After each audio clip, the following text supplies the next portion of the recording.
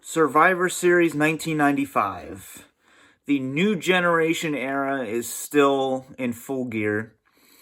And honestly, Survivor Series 1995, it's not bad. 95 for me was very much kind of just a failure of a year. WrestleMania 11 was awful. Not a fan of the Rumble that year.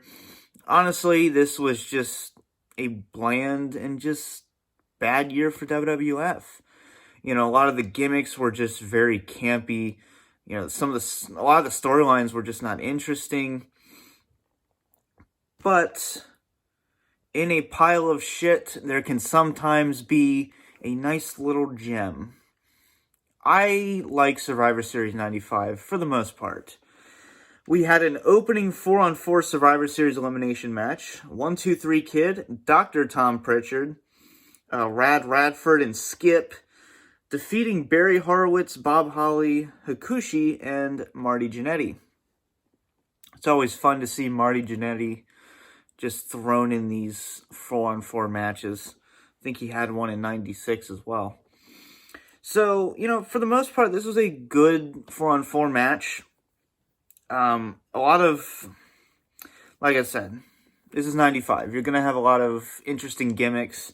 The 1, 2, 3 Kid actually was going as a heel now. He had turned heel about a week before the event. And, it's kind of a forgettable lineup, but at the same time, it's a fun little opener. And it went 18 minutes, so that's kind of longer than you would expect for, I guess, the gimmicks and wrestlers you have in here. And then we had another 4-on-4 instantly after this, showcasing the women's division in the WWF at the time. But we had a lot of women's wrestlers that just a lot of people wouldn't recognize. You had Bertha Faye. I was always a big fan of hers. I mean, half the people watching this probably don't know who she is. But her and Alundra Blaze had a good rivalry going. We had a lot of Japanese wrestlers in here. You have the Lioness Asuka. Now, her name is spelled Asuka, like the current women's wrestler, Asuka, but she's literally pronounced Asuka or Asuka, whichever you prefer. I've heard both. But it's very interesting to see that when watching this show. I was like, oh, okay, that makes no fucking sense. But, because, when you hear Asuka, when she first appeared in NXT, a lot of people didn't know how to spell or pronounce her name. So yeah, there's multiple ways of pronouncing Asuka now. And this was a fun women's 4-on-4 Survivor Series match. You had a lot of good chemistry between these women and a lot of talent. Japanese women wrestlers are really good. Go check it out if you don't know. I know AEW has some good ones. You even have a few that were in here. So, some of the eliminations were a little wonky at times and just more confusing. But other than that, this is a fun 4-on-4 match. Then we have Goldust defeating Bam Bam Bigelow, which is basically a squash match without being a squash match. Goldust, this is, I believe, his second pay-per-view match. He only debuted like a month before. So, it's not really the Goldust we all know and love. He's still kind of developing that. But that's okay. I'll take any kind of Goldust. Except for, stuttering, struck by lightning Goldust. I was not a fan of that.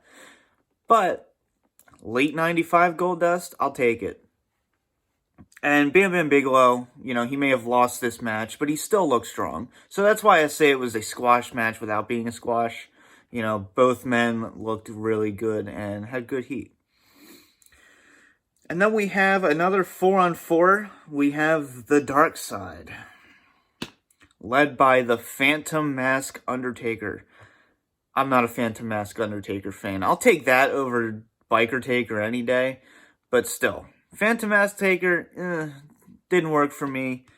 This was kind of the years where Undertaker's career was just kind of in a limbo. Because I love early Taker, and, then you have late 90s, the Ministry Taker.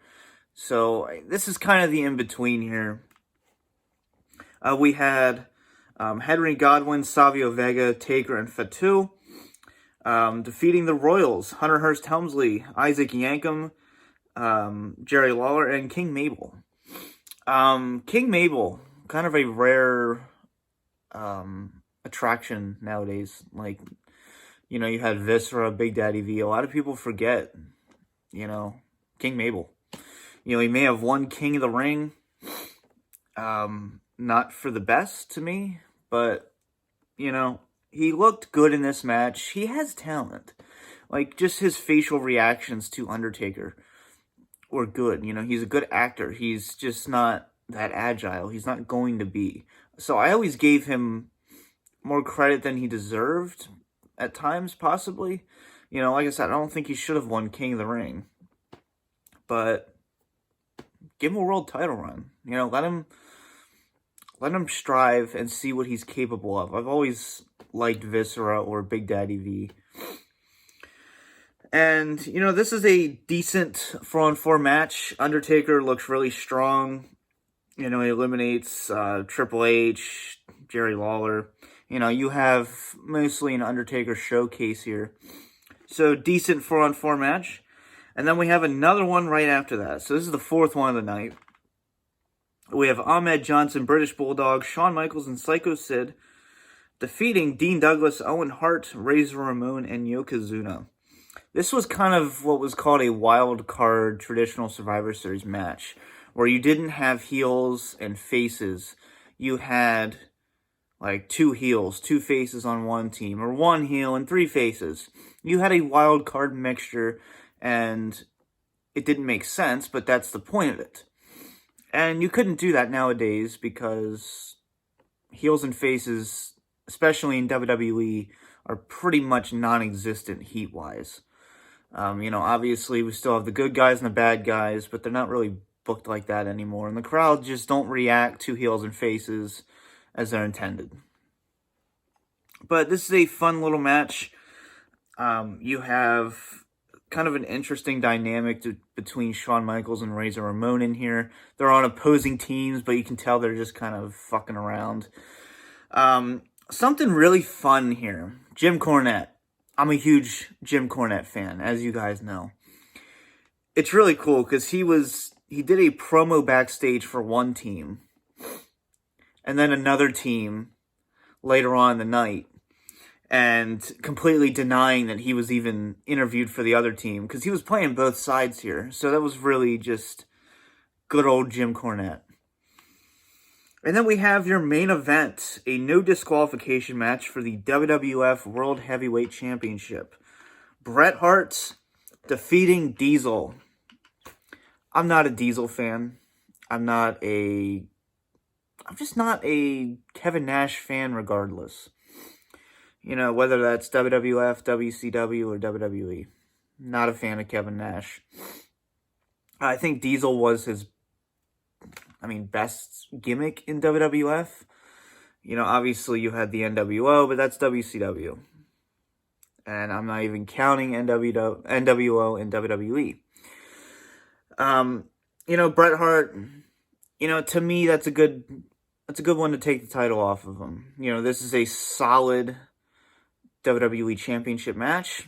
You could even say that this is Diesel's... I can't talk tonight, god damn. You could even say that this is Diesel's best match. It's 1 a.m. So yeah, I'm not really talking the best tonight. But yeah, a lot of people could argue this is Diesel's best match. And I'm not a fan of his title run. I'm just not a fan of Diesel's character anyway. So it's good to see Bret Hart win, help carry Diesel through the match a little bit. I'm not saying Kevin Nash isn't talented, because he is. He has something there. But, solid main event. By far match of the night, and it's a good main event for a Big 4 pay-per-view. Or Big 5 if you want to count King of the Ring. So, an overall letter grade for this show, I'm going to give it a B. I think this is a solid show at a time when WWF was quite frankly shit. So, give me your thoughts down below of what you think of this show. And for now, this has been the DVD Freak. Peace out.